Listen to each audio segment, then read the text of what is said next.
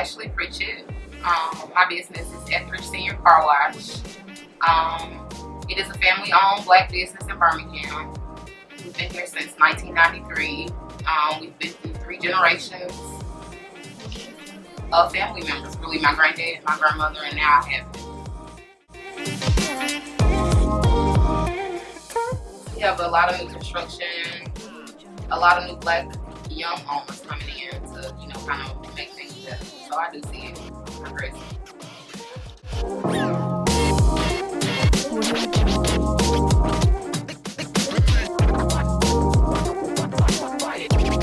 The vacant buildings taken. I just really want to see more of our people coming down, utilizing the space that we have, rather than going to other sides or cities to build and take their business.